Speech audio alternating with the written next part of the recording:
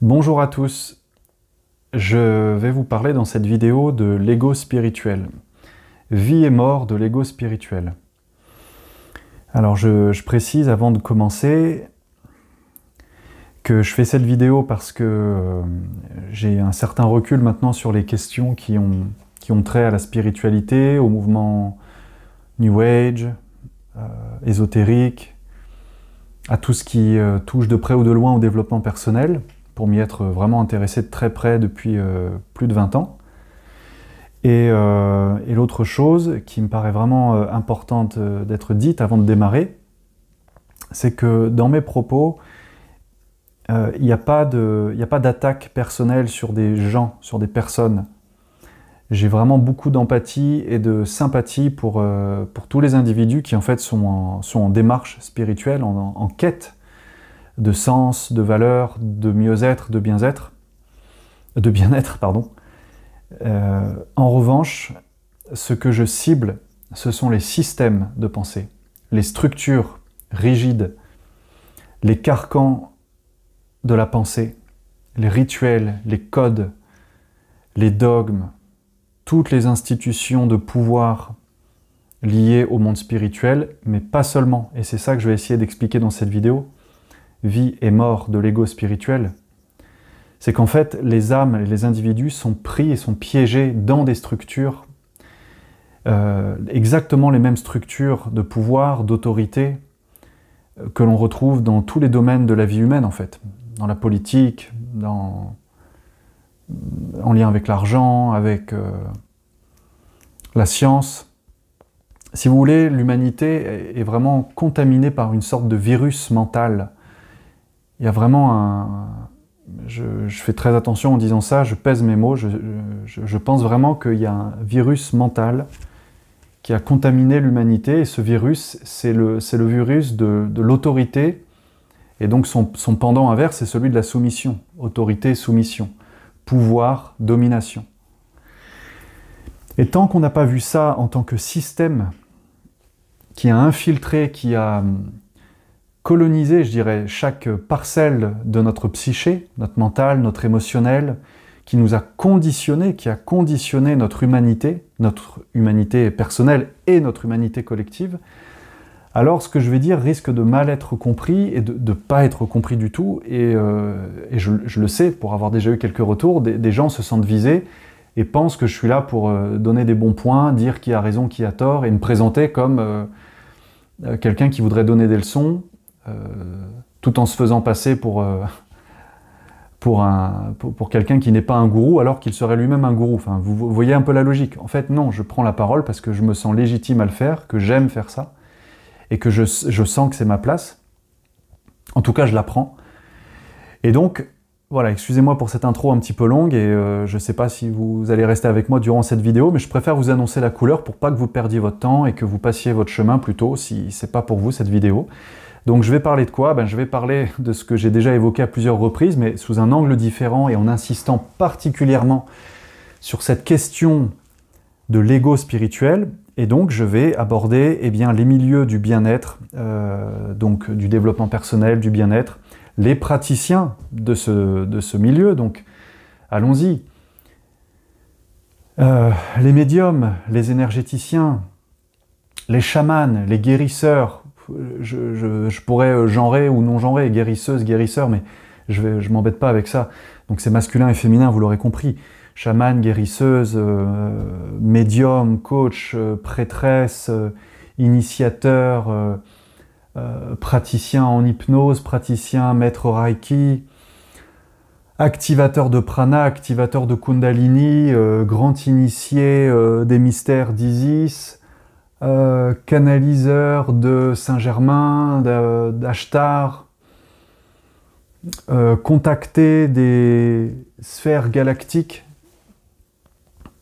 Je ne peux même pas vous faire toute la liste de tous les titres qui aujourd'hui règnent, mais voilà, je m'adresse à tous ces gens-là. Je fais une parenthèse encore, moi-même, si vous regardez mes pages et mon site internet, moi-même j'utilise l'étiquette de coach. Donc on pourrait me dire, et toi, Johan, tu tombes sous le coup de ta propre critique, c'est vrai. Mais vous savez comme moi que des fois, pour se rendre visible, il faut bien utiliser des noms, des étiquettes toutes faites. Donc j'ai choisi celle de coach parce que c'est un mot anglais qui sonne bien, qui a peu de syllabes comparé à accompagnant, thérapeute, en plus avec le problème de se faire passer pour quelqu'un de la profession médicale, chose que je ne suis pas. Donc j'utilise moi-même le mot de coach parce que pour l'instant, j'ai pas mieux et pour l'instant, je suis moi-même en difficulté parfois quand il s'agit d'utiliser des mots qui ne résonnent pas avec la réalité de ce que je fais et de ce que je voudrais transmettre. Mais voilà, oui, je m'adresse aussi aux coachs énergétiques. Mais vraiment, je le redis, je ne vise personne et je ne vise pas les individus. Au contraire, ce qui me tient à cœur dans toutes mes vidéos, dans toutes mes prises de parole, dans mes accompagnements, dans le cadre des séances que je fais avec ma femme aussi, c'est vraiment de libérer l'humain, l'amener à réaliser son plein potentiel d'âme, complètement libéré des carcans, des croyances, de toute forme d'autorité externe, et de tout simplement incarner sa spiritualité, son âme, sa conscience, de la manière la plus joyeuse, la plus originale possible. C'est ça qui me tient à cœur, c'est ça qui me motive, c'est ce qui fait que je prends la parole ici. Donc en aucun cas, je cherche à faire du mal à quiconque, et si vous vous sentez visé ou si vous vous sentez heurté par mes propos, déjà tout d'abord, je vous présente mes excuses, mais j'ai aucun complexe à le faire parce que je sais que je ne cherche pas à vous faire du mal. Par contre, si vous vous sentez interpellé par ce que je dis, c'est peut-être, j'ai la prétention de croire que peut-être j'ai touché quelque chose chez vous qui réagit parce qu'il cherche à se défendre, car derrière cette réaction, il y a évidemment une faille, et cette faille, ça peut être une faille de légitimité, une faille de reconnaissance, une faille d'estime de soi, d'amour-propre, une faille de... Vous pouvez faire toutes les blessures, hein, celle de Lise Bourbeau ou celle des grandes catégories de la psychologie, mais en tout cas, quand on se sent touché, il y a quelque chose en nous, l'ego, qui se rebiffe. Donc voilà, cette présentation était un peu longue, cette vidéo sera d'ailleurs peut-être un peu longue, donc j'ai conscience que tout le monde ne la regardera pas, ou peut-être qu'elle vous intéressera. J'ai d'ailleurs pas fait de script, donc vous excuserez aussi les temps d'hésitation et tout ça, mais je voulais que ce soit le plus brut de décoffrage possible et le plus authentique possible. Alors on y va.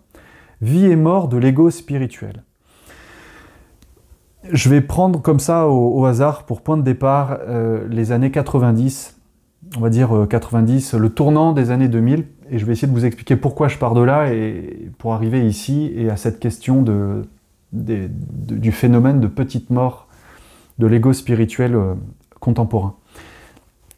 On va dire que ces systèmes de pouvoir, ces systèmes de starification, de vedettariat, ces structures mentales de vouloir s'imposer aux autres, elles sont propres à tous les domaines de la vie. Et l'une des erreurs du monde spirituel, du monde New Age, ça a été de croire que ce virus mental allait épargner la sphère du New Age, de la spiritualité. En fait, la grande arnaque, elle est là, et si on l'a compris, alors déjà on a fait une bonne partie du chemin.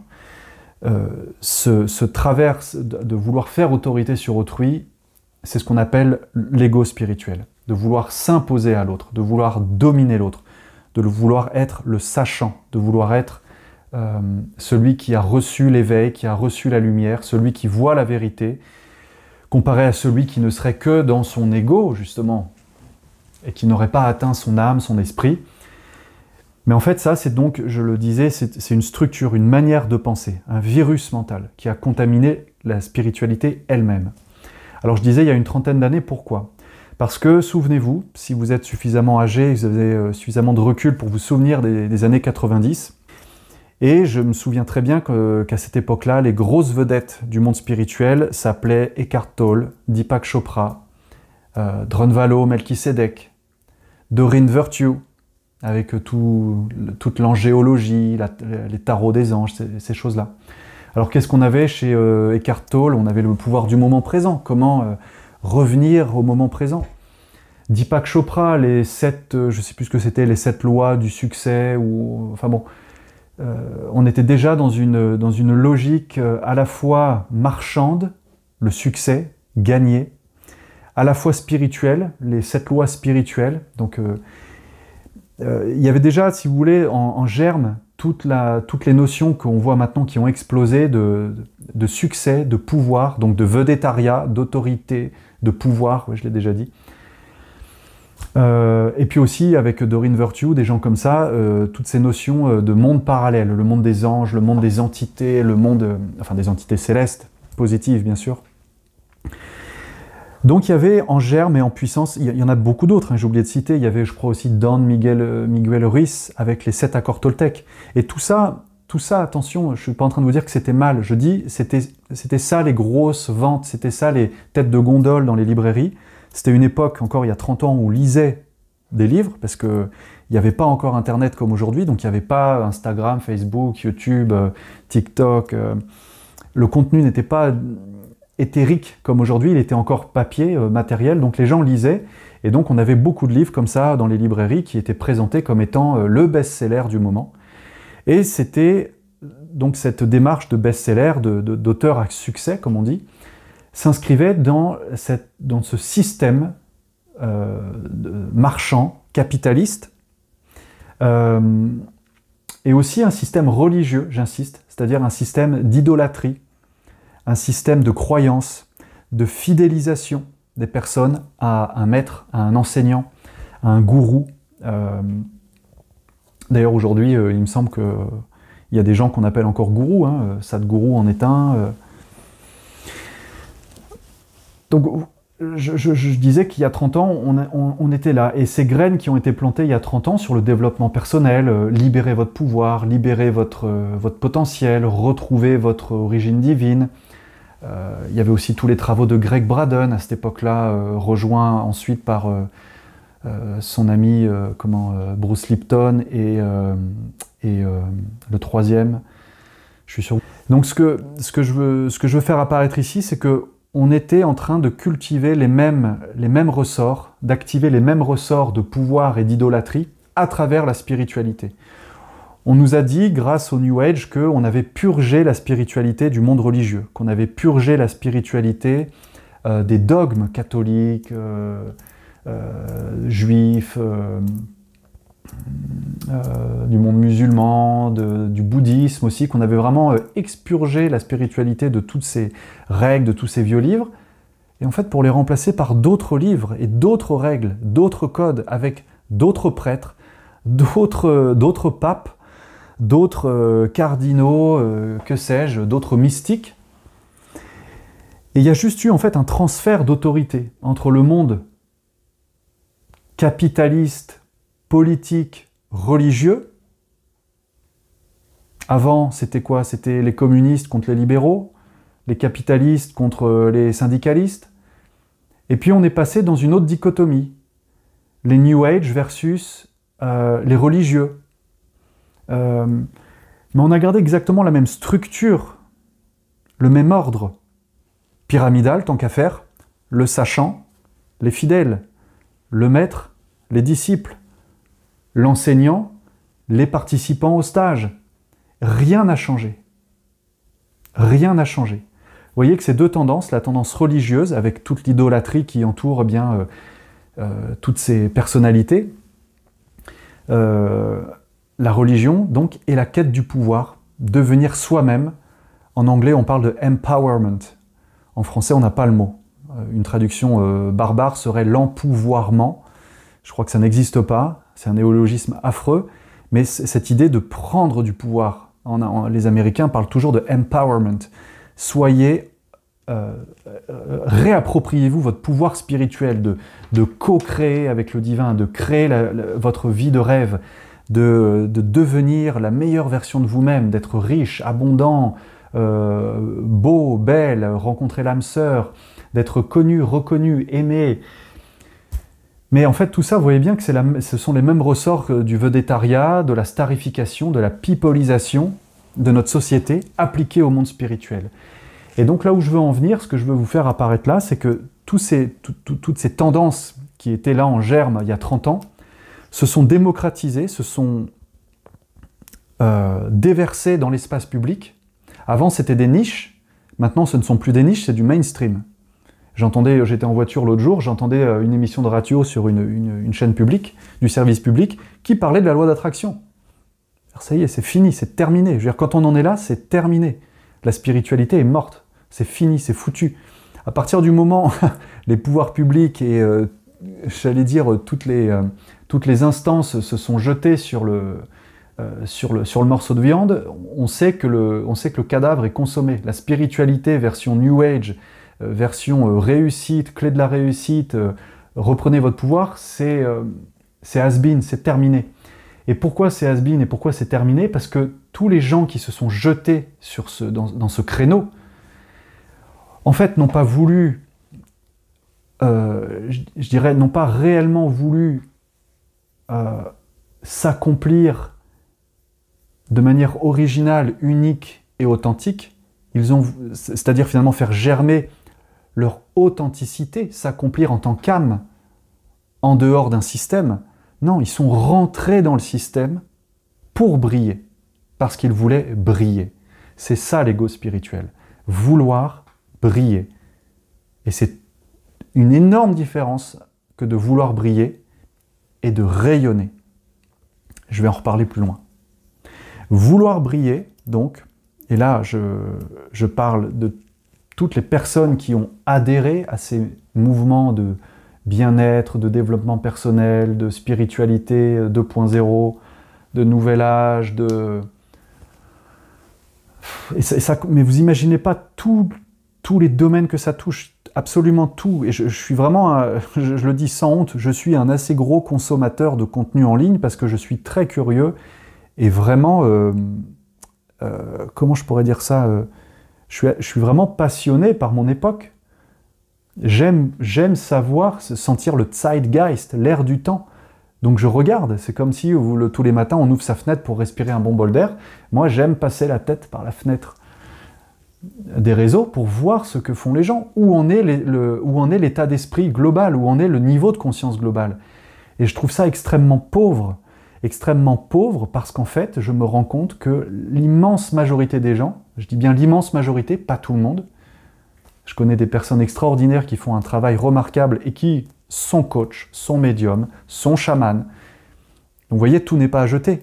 Mais l'immense majorité qui sont dans ce que je décris là, c'est-à-dire qui sont des personnes avec peut-être, je dis bien peut-être, de réelles capacités psychiques, médiumniques, avec peut-être du magnétisme, avec peut-être des connaissances et une vraie quête spirituelle, mais qui se sont complètement perdues et soumises à ce système du pouvoir qui leur a fait croire que parce qu'ils allaient briller, parce qu'ils allaient faire autorité sur autrui, ils allaient s'accomplir.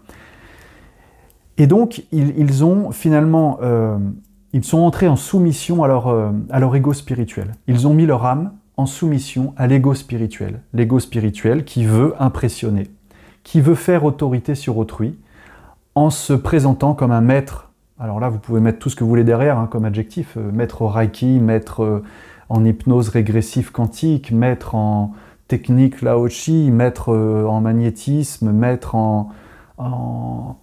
Je suis désolé, là je sais que je vais pas me faire que des amis, mais comprenez bien que je ne vise pas les gens, je vise le système, je vise ce virus mental qui veut vous faire croire que vous êtes puissant parce que vous affichez une attitude.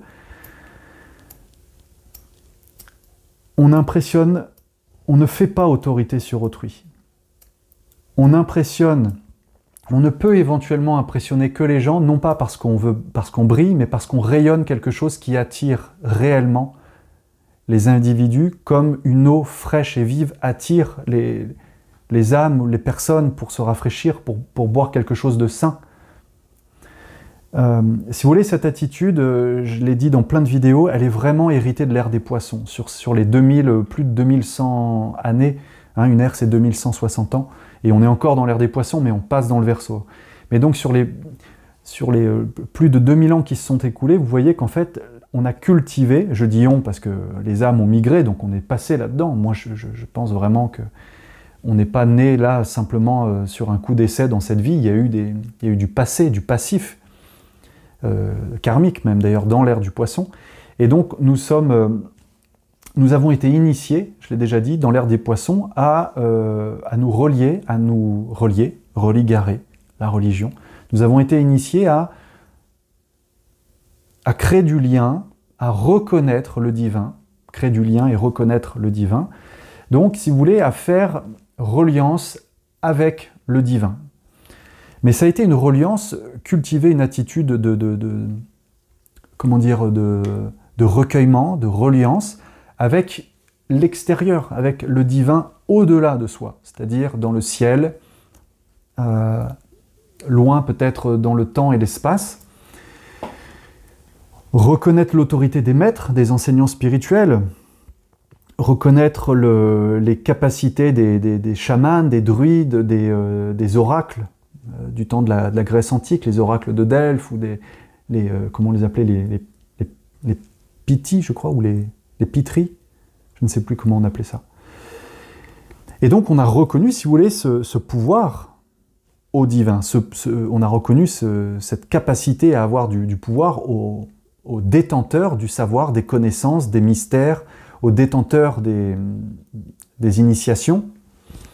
Donc vous avez comme ça toute la tradition égyptienne, toute la tradition qui remonte jusqu'à Babylone, en passant bien sûr par l'Asie, hein, attention, je veux dire pas dans le taoïsme, mais dans le shintoïsme aussi, mais c'est encore qu'il y a quand même des grosses nuances, il y a des différences, mais si vous voulez, ce sont quand même les mêmes ressorts. L'ère des poissons a cultivé ce goût du pouvoir et cette reconnaissance de l'autorité extérieure. Or là, maintenant, nous sommes en train de passer dans l'ère du Verseau. Et l'ère du Verseau, c'est tout autre chose. L'ère du Verseau passe par l'autonomie, l'autonomisation des individus. Mais attention, pas l'autonomie pour refaire de l'ego spirituel et monter en crise d'orgueil aigu pour dire à bas le système, à bas tous les dogmes, toutes les connaissances, toutes les sagesses ancestrales. Non, c'est au contraire reconnaître que cette autorité, ce pouvoir, cette sagesse, elle est contenue en soi et que en soi est contenu l'universel. Autant dans l'ère des poissons, il fallait relier l'individu, autant dans le Verseau, il faut contacter l'individu universel. L'individu universel. Donc vous voyez, dans cette phase de transition, on a un gros problème quand même. C'est que cet ego spirituel, il fait de la résistance. Et l'attitude de l'ego spirituel, elle crée beaucoup de tort justement pour ces âmes qui cherchent à se libérer de ces carcans, de ces structures de pouvoir, de ce virus mental de l'autorité à vouloir dominer l'autre, à vouloir briller plus que de rayonner. C'est le problème que cet ego spirituel renforce l'illusion et nous sépare toujours un peu plus de qui nous sommes réellement. Je répète ça parce que c'est le point clé que je veux faire passer ici, c'est que l'ego spirituel renforce l'illusion et nous sépare un peu plus de notre réalité, donc de notre vraie nature en tant qu'âme autonome, originale. Et c'est quoi l'ego spirituel? Je vais essayer encore de vous donner des exemples pour que vous voyez bien à quoi ça correspond. L'ego spirituel, c'est ce qui fait que des personnes se présentent à vous comme enseignants spirituels, comme détenteurs d'un savoir, détenteurs de techniques, détenteurs d'un pouvoir, en vous disant qu'ils peuvent par exemple activer votre prana, en vous faisant croire qu'au cours d'un stage, on peut activer votre kundalini, en vous faisant croire que en quelques séminaires, vous pouvez devenir vous aussi maître Reiki, ou maître, je ne sais pas quoi, mettez ce que vous voulez derrière. Il n'y a aucune sagesse dans tout ça. Il n'y a que de l'orgueil spirituel, donc de l'ego spirituel. Et ce qui est malheureux, et je le dis vraiment, je le dis sincèrement, ce qui est malheureux, c'est que ces gens-là sont pour beaucoup, et là je parle de mon expérience de ces 20 dernières années dans les milieux New Age, dans les cercles d'enseignement, dans les stages de développement personnel, dans les rencontres et portes ouvertes énergétiques, il y a énormément de bonne volonté, énormément de personnes qui viennent avec beaucoup d'amour, beaucoup d'intentions, mais qui en fait viennent aussi avec beaucoup de blessures, de traumas, de souffrances, de complexes, et qui se sont créés un monde de bisounours dans cette bulle d'astral, dans cette bulle de rêve, dans cette bulle de la spiritualité va me sauver, va me faire devenir enfin quelqu'un d'influent, quelqu'un de reconnu, quelqu'un d'admiré, quelqu'un de suivi. J'ai vu beaucoup de femmes qui avaient été maltraitées, évidemment par les hommes, mais pas que. Ça peut être aussi des problématiques transgénérationnelles entre femmes, des mères castratrices, des mères jalouses. Mais chez les femmes, ce sont aussi des problématiques souvent de soumission à l'autorité. Soumission justement dans le cadre d'une religion. Donc soumission à l'autorité du père. L'homme étant vu comme l'archétype du père, papa, mais le père symbolique, Dieu. Et donc toutes ces femmes qui se sont senties humiliées, trahies, utilisées, pas reconnues, là elles rentrent dans la spiritualité et tout à coup on leur dit qu'elles sont chamanes, guérisseuses, prêtresses, grandes déesses et prêtresses. Et attention, pas n'importe quelle prêtresse, prêtresse d'Isis, initiée au mystère d'Isis. Enfin, je comprends le fantasme que ça peut nourrir. Et chez les hommes, c'est pareil. Parlons-en des hommes. Les hommes qui se prennent pour le nouveau Saint-Germain, le nouveau Merlin l'Enchanteur. Il y a tellement de postures et d'attitudes. Je crois qu'on a tout exploité. On a absolument exploité tous les ressorts, toute la panoplie du gourou, du magicien, du sage. Et c'est ce que j'appelle aujourd'hui la spiritualité vintage. C'est-à-dire qu'en fait, on prétend faire du neuf en rajoutant le mot quantique à quelque chose. Hypnose régressive quantique, soins énergétiques quantiques, transe chamanique quantique. Je vous jure, je l'ai vu. Je ne l'invente pas. Mais en fait, on fait du vintage. Il y a la mode du vintage en ce moment avec des sites qui mettent à l'honneur les objets vintage, justement. Mais donc oui, et puis ça participe un peu d'un courant aussi vestimentaire hipster, enfin bon bref.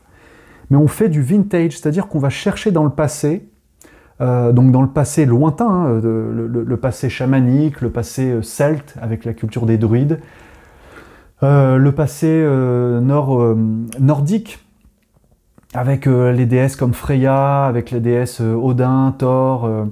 Donc si vous voulez, on va plus c'est archaïque, plus c'est ancien, plus c'est mystique, et plus ce serait puissant, plus ce serait pur, plus ce serait authentique. Donc allons-y, on va même chercher jusqu'à la période Atlante, avec la table d'émeraude, avec Thoth, avec... Et puis allons même encore au-delà, allons à la période lémurienne, à la période où les êtres des autres dimensions sont arrivés sur Terre pour ensemencer la planète. La race des guides, la race des géants, la race des lémuriens. Enfin bref, si vous voulez, les gens qui invoquent tout ce folklorisme, toute cette spiritualité vintage, vont chercher des choses extraordinaires pour se donner du pouvoir. Et en fait, ils se regardent comme ils se regarderaient dans un film, être la star d'un film. Ils se regardent en train de faire, comme dans un miroir aux alouettes, dans un film dans lequel ils se sentent bien, dans lequel ils sont le héros de leur propre réalité, mais justement, ce n'est plus la réalité. C'est une abstraction au réel, parce que le réel est trop fade sinon. Le réel, prosaïque, banal, ne les intéresse pas. C'est un réel de souffrance, où il faut observer le réel tel qu'il est sans se raconter d'histoire. Et ça, ils ne veulent pas, ils ne peuvent pas. Donc ils préfèrent prendre l'attitude du sage, l'attitude du sachant, l'attitude du détenteur d'un savoir, l'attitude de celui qui donne l'initiation. Donc c'est ça que j'appelle être une star dans son film, si vous voulez. Et les gens qui viennent autour de ces personnes-là, qui se regroupent pour des stages, des séminaires, et qui s'assoient en cercle, tous habillés en blanc, ou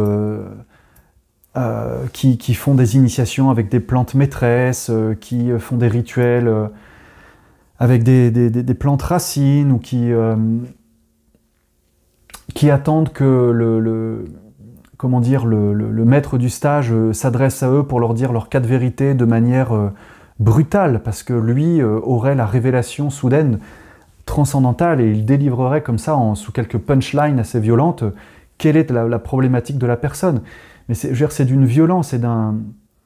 Vous imaginez avoir comme ça toute une tribu autour de vous qui vous écoute, qui vous adule, qui vous donne des quantités d'argent phénoménales quand même, pour s'entendre dire des horreurs, ou pour s'entendre dire justement des choses extraordinaires. Et donc ça, c'est ce qui me rend assez malheureux, c'est que les gens qui sont là-dedans, finalement, ne règlent rien. Ce sont des gens qui ont des blessures, ce sont des gens malheureux, et qui, comme seul échappatoire, se sont créés un rêve, une bulle d'astral, qui est une bulle, en fait, une échappatoire, et cette bulle devient la matrice spirituelle pour eux. Cette matrice spirituelle qui les mange tout cru, qui fait que autant les gourous que les adeptes, autant les maîtres autoproclamés que les stagiaires qui se précipitent dans les réunions pour aller chercher la énième clé de compréhension parce qu'ils n'ont toujours pas compris ce petit truc qui fait que c'est pour ça qu'ils ne sont toujours pas accomplis. Posez-vous la question, pourquoi est-ce que vous allez à des stages? Parce que vous n'avez pas rencontré l'âme sœur? Parce que vous n'êtes pas encore assez riche? Parce que vous n'êtes pas en bonne santé? Parce que vous n'arrivez pas à contacter les mondes de l'au-delà? Parce que vous aimeriez que des esprits s'adressent à vous? Parce que vous voudriez plus de clients en tant que thérapeute? Mais vous n'en avez pas. Donc vous allez chez le maître qui, lui, a beaucoup de clients pour que lui vous donne ses clés pour que vous ayez beaucoup de clients. Vie et mort de l'ego spirituel. Il faut absolument, si on veut évoluer collectivement, si on veut enfin incarner une spiritualité régénérée, il faut détruire cette structure de pouvoir mental. Il faut voir le virus mental qui nous a tous contaminés. Et si je vous en parle, c'est bien parce que je connais ce problème. Je suis passé par là. Et il est important, du coup, de voir la différence qu'il y a entre rayonner et vouloir briller. Rayonner, c'est ne pas chercher à faire impression sur l'autre, c'est simplement incarner et activer qui l'on est. Activer son programme d'âme, progr-âme. Activer son programme et donc naturellement rayonner sans avoir à revêtir les vêtements, le costume, l'étiquette de thérapeute, énergéticien, coach, machin. Pourquoi est-ce que vous voulez être coach, énergéticien, thérapeute? Est-ce que vous vous rendez compte, parce que je sais qu'il y en a parmi vous qui écoutent et qui voudraient, ou qui sont en train de lancer une activité, ou qui sont en activité et qui n'ont pas suffisamment de revenus et qui se disent « mince, je vais peut-être pas pouvoir continuer », est-ce que vraiment vous avez envie de passer votre journée à écouter des gens qui vous appellent pour vous raconter leur malheur? Est-ce que vraiment vous avez suffisamment de ressources énergétiques pour prendre dans votre cabinet ou chez vous, parce que souvent c'est même chez vous, vous n'avez pas de cabinet, donc vous recevez les gens chez vous dans votre maison, pour recevoir toutes les pollutions énergétiques de ces gens qui viennent se décharger chez vous, et vous faire des soins magnétiques toute la journée? Vous avez les reins solides pour ça? Dites-vous bien que être magnétiseur, ça veut dire qu'il faut savoir gérer le flux énergétique. La plupart des gens qui font du magnétisme ne savent pas gérer le flux énergétique. Donc qu'est-ce qu'ils font? Ils donnent leur énergie. Oui, j'en doute pas, ils le font, parce qu'ils le font avec leur cœur. Mais s'ils donnent leur énergie et qu'ils sont incapables de se nettoyer, de se régénérer, de s'alimenter par eux-mêmes, d'être en fait une batterie, un peu comme un cœur nucléaire, si vous voulez, auto-alimenté, eh bien ils se déchargent, et par effet de porosité, ils prennent les miasmes des personnes qu'ils reçoivent en consultation. La personne qui sort de la consultation se sent mieux, elle a été écoutée, elle a vidé son sac, elle a peut-être même été rechargée par le praticien. Le praticien, lui, il est déchargé, pollué, et c'est lui qui va finir avec potentiellement des maladies graves. Pareil pour les médiums ou les médiums autoproclamés, qui vont voir dans l'astral ou qui demandent à être contactés par des entités ou incorporés par des entités pour aller communiquer les âmes perdues ou communiquer avec les morts, les défunts. Ok, est-ce que vous êtes réellement prêt à partir dans l'astral? Vous savez ce que c'est l'astral? C'est la poubelle énergétique de l'humanité. C'est l'interface entre le monde matériel et le monde spirituel. Si vous voulez savoir ce que c'est l'astral, regardez un film d'horreur d'Hollywood. Regardez un film d'horreur d'Hollywood. Et si vous voulez faire l'expérience de l'astral, imaginez votre pire cauchemar, celui qui vous réveille la nuit quand vous êtes trempé de sueur, ou quand vous vous réveillez avec le cœur haletant, ben c'est ça l'astral. L'astral, c'est cette interface, une bande entre le monde matériel et le monde spirituel dans laquelle prennent forme les formes pensées de l'humanité. Donc c'est une espèce de zone où vont s'habiller, endosser ou revêtir un premier vêtement tous les désirs des humains pour pouvoir s'incarner chez ceux qui sont les plus poreux à ces énergies-là. Donc plus vous allez essayer de contacter ces mondes, plus vous allez créer des failles dans votre aura, dans votre corps psychique, donc mental, émotionnel, et plus vous allez être pollué par des entités qui vont trouver en vous un bon véhicule pour incarner tous ces égrégores de fantasmes, de monstres, d'entités, de parasites. L'astral n'a pas à être contacté. Et là aussi, tout à l'heure, au tout début de cette vidéo, j'ai parlé des vendeurs à succès. Les années 80 et 90 ont vu exploser le monde des voyages dans l'astral, avec les Merois Givaudan notamment. Je ne dis pas que les Merois Givaudan ne faisaient pas des voyages astro, mais si eux ont vraiment pu le faire, je pense que s'ils ont un tort, c'est d'avoir popularisé ça comme si c'était accessible à tous. On a vraiment fait n'importe quoi dans la spiritualité depuis 30 ans. On a vraiment fait n'importe quoi. On a fait croire aux gens que c'était anodin, que c'était accessible à tous, parce qu'en fait, on était tellement mal en tant qu'humanité, on était tellement malade de ce virus mental, qu'on a voulu s'imaginer qu'on était tous des warriors, tous des guerriers, tous des magiciens, tous des guides, tous des maîtres, et qu'on avait tous des pouvoirs. Et que si on n'en avait pas, c'était pas normal. Donc aujourd'hui, qu'est-ce qui se passe? Comme ça, si vous voulez, cet égrégore collectif a gangréné la plupart des gens, tout le monde se dit, attends, moi j'arrive pas à voir, pas à entendre, je vais aller faire un stage pour activer tout ça. Et que c'est comme ça qu'on se retrouve dans des situations pas possibles, à se faire tripoter, au sens propre, à se faire tripoter le corps et à se faire tripoter les éthers pour activer des centres énergétiques pour enfin pouvoir contacter. Mais c'est du délire, c'est n'importe quoi. Et là, les gens qui font ça jouent avec le feu. Ceux qui font ça prennent une responsabilité karmique énorme en faisant autorité sur autrui. Ils se reprennent des boucles karmiques de magiciens noirs, de gourous, typiques des sectes.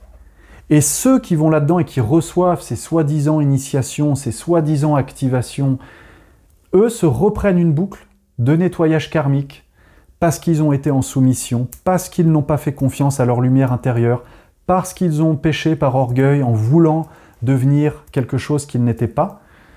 Et c'est interminable, c'est interminable. Or là, maintenant, dans la phase où nous sommes de transition Poisson-Verseau, il ne faut plus faire preuve de complaisance avec cette mentalité archaïque, ancestrale, religieuse, de pouvoir.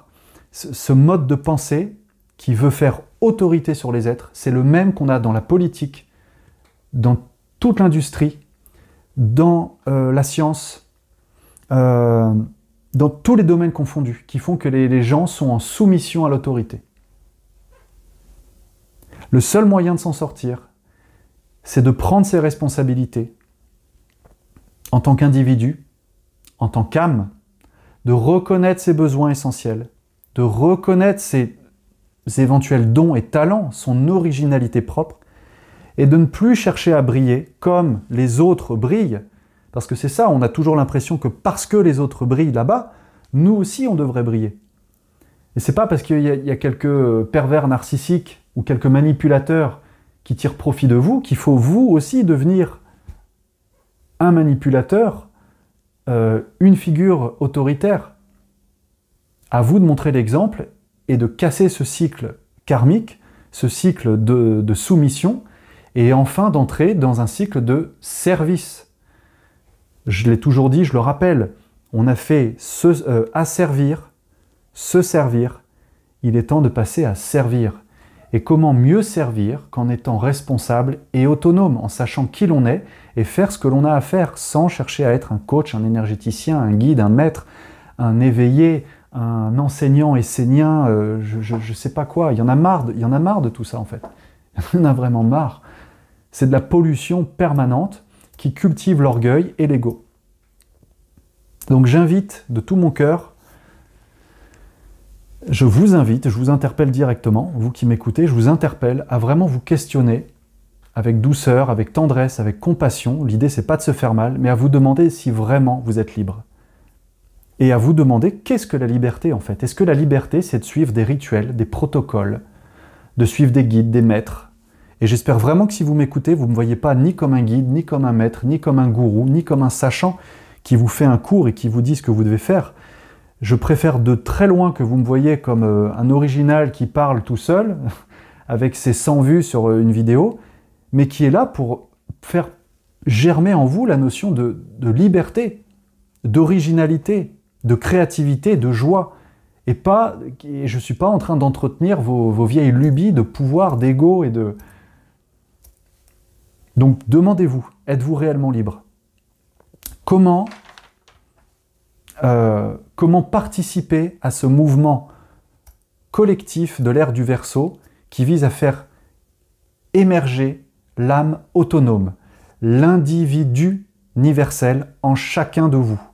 Être authentique, être l'individu unique, mais en même temps avec cette conscience collective, universelle, individu universel. Être dans un flux constant de conscience.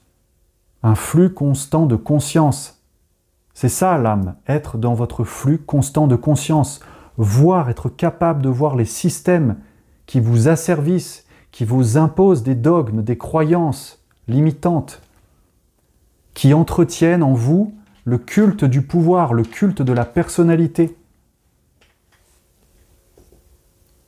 La spiritualité telle qu'on l'a connue est foutue, elle est morte. Laissez-la tomber. Arrêtez de vouloir être chaman, arrêtez de vous prétendre... soyez réellement originaux, pardon.